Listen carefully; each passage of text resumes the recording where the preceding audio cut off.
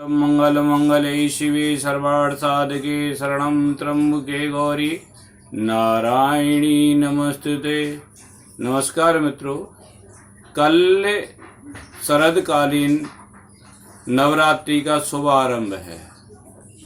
यानी शरदकालीन नवरात्रि का शुभारंभ दिन शनिवार, चित्रा नक्षत्र और चंद्रमा का जो संचार है तुला राशि में होगा। अगर इसमें भावगंश स्थिति देखी जाए तो इस तरह से है।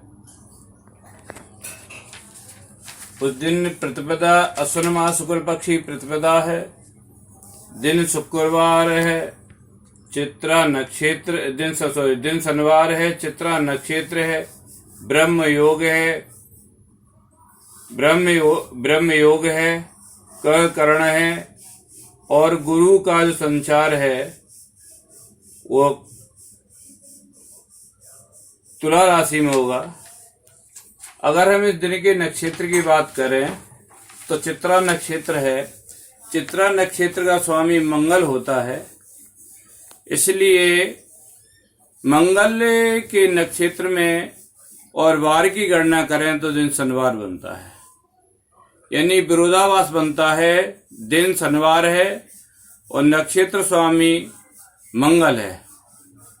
तो इसलिए शरदकालीन जो नवरात्रि है उससे एक बहुत बड़े राजनीतिक संकट की आकांक्षा होती है देश के अंदर।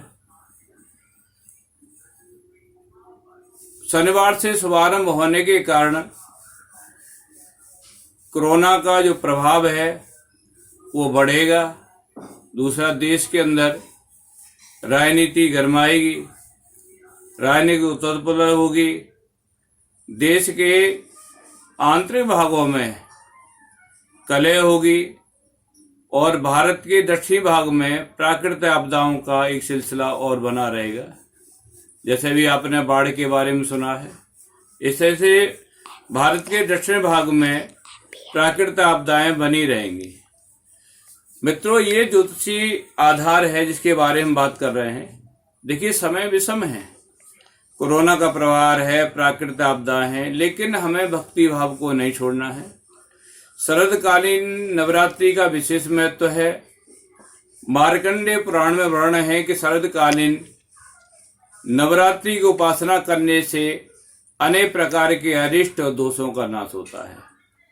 इसलिए जो परिस्थिति विश्व के सामने बनी है वो तो परमात्मा की इच्छा है, लेकिन हमें शरदकालीन नवरात्रि में माँ भगवती की कृपा प्राप्त करने हेतु उपासना करनी चाहिए। अब कई बार विषय बनता है कि देवी की उपासना हम किस प्रकार से करें। तो शास्त्र में विधान है कि शक्ति की उपासना से पहले शिव की उपासना करनी चाहिए। तो पहले भगवान शिव को याद करें, उसके बाद में देवी भगवती की उपासना करें। उपासना की 3 विधि हैं जो इस प्रकार कही गई हैं।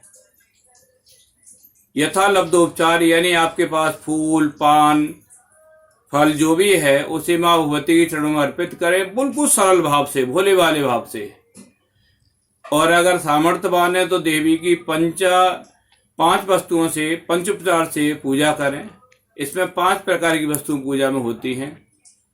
और आप संपन्न हैं, माँ भगवती ने कृपा कर रखी है, सो षोडश उपचार से देवी का पूजन करें। देवी की पूजा के लिए किसी भी मंत्र, किसी जप, किसी साधन की जरूरत नहीं है। केवल भावो नाम साधनम, भाव ही एक साधन होता है। और आप सभी जानते हो, देवी माँ भगवती है। माँ को अपनी संतान बहुत प्रिय होती है और सरल स्वभाव वाला बच्चा ही ज्यादा प्रिय होता है। तो निश्चल भाव से देवी के शरणागत हों, देवी को याद करें। याद करना सबसे बड़ी पूजा होती है, इसलिए देवी को याद करिए।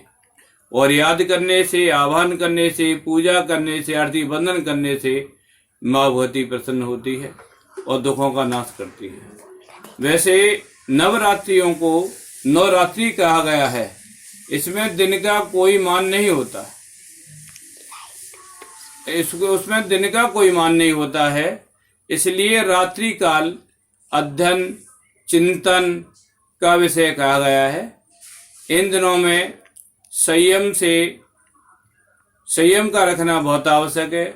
संयम से ही काम रहे, व्रत रखें और क्रोध, अपनी जो इंद्रियां हैं उनको वश में रखें, क्रोध आदि न करें और देवी के निर्वाण मंत्र का जप करें। सर्वमंगल मंगले शिवे सर्वार्थ साधके शरणं त्र्यंबके गौरी नारायणी नमस्ते। देवी के बीज मंत्र का जप करें। ओम ऐं क्लीं चामुंडाय विच्चे। देवी के रात्रि सूक्त का जप करें और अगर आपका समय है तो श्री सूक्त का पाठ करें।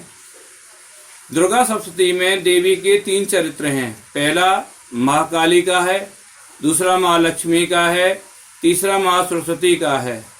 संभव हो आपके पास माँ ने समय दिया हुआ है तो तीनों का नियंत्र पाठ करें। इन तीनों के पाठ को मिलाकर जो एक पाठ होता है उसे एक चंडी का पाठ कहते हैं। और चंडी पाठ करने से कितनी बड़ी संकट हो, कैसी भी परेशानी हो, उन परेशानियों का हल माँ भगवती की कृपा से होता है। अगर ऐसा संभव नहीं है तो एक चरित्र का पाठ करें, यानी जो सप्तशती का पूरा पाठ है उसे 3 दिन में करें, 3 बार में करें। और अगर इतना भी समय नहीं है तो देवी के निर्वाण मंत्र का जप करें या बीज मंत्र का जप करें। जो धन की चाह रखने वाले साधक हैं, जो धन चाहिए, वो श्री सूक्त का भी पाठ कर सकते हैं, कनकधारा स्तोत्र का पाठ करें। यानी नवरात्रि जो है विद्या अध्ययन का समय है, इसलिए उसे रात्रि कहा गया। रात्रि में विद्यार्थी अध्ययन करते हैं, उसमें दिनमान नहीं है। इसी संसारिक जो क्रियाकलाप हैं उनसे विरक्त होना चाहिए, संसारिक कार्यों को ध्यान कम देना चाहिए और देवी की शरण में लगकर साधना करनी चाहिए। तो और माँ भगवती की कृपा प्राप्त करने का यह हेतु है। शरदकालीन नवरात्रि का व्रत करने से अनेक प्रकार के अरिष्टों का नाश होता है। अनेक प्रकार की बीमारी, राष्ट्र के संकट, देशद्रोह आदि जो भी है उन पर, उन सब मामलों में देवी की कृपा होती है। शास्त्र का ऐसा मत है कि अगर आप पर कोई अनावश्यक रूप से मुकदमा चल रहा है, आप आर्थिक रूप से परेशान हैं या कोर्ट का ट्रायल भोग रहे हैं, शत्रु से भयभीत हैं, तो माँ भगवती की शरदकालीन नवरात्रि में उपासना करें, देवी का आह्वान करें। उससे आपके दुर्गम कष्ट दूर होते हैं। दुर्गा नाम है देवी का। दुर्गा इसलिए नाम है कि देवी ने भक्तों के दुर्गम कष्टों को दूर किया, कठिन कार्यों को सिद्ध किया, इसलिए देवी का नाम दुर्गा है। तो मित्रों, मेरा कहना यही है कि शरदकालीन नवरात्रि की पूजा उपासना विधिवत रूप से, श्रद्धा रूप से करें, घर में रहकर करें और श्रद्धा भाव से यथालब्धोपचार से करें। जो भी आपके पास बन पड़ा उससे करें, लेकिन आप पूजा करें, पूजा से वंचित न रहें और शक्ति की पूजा से पहले शिव की उपासना करें। नवरात्रि का आप सबको ढेर सारी शुभकामनाएं। मित्रों, आपको अगर मेरा चैनल पसंद आए तो इसे सब्सक्राइब करें। अगर आपके मन में संदेह है कोई तो अब अपना कमेंट छोड़ें। नमस्कार, जय माता।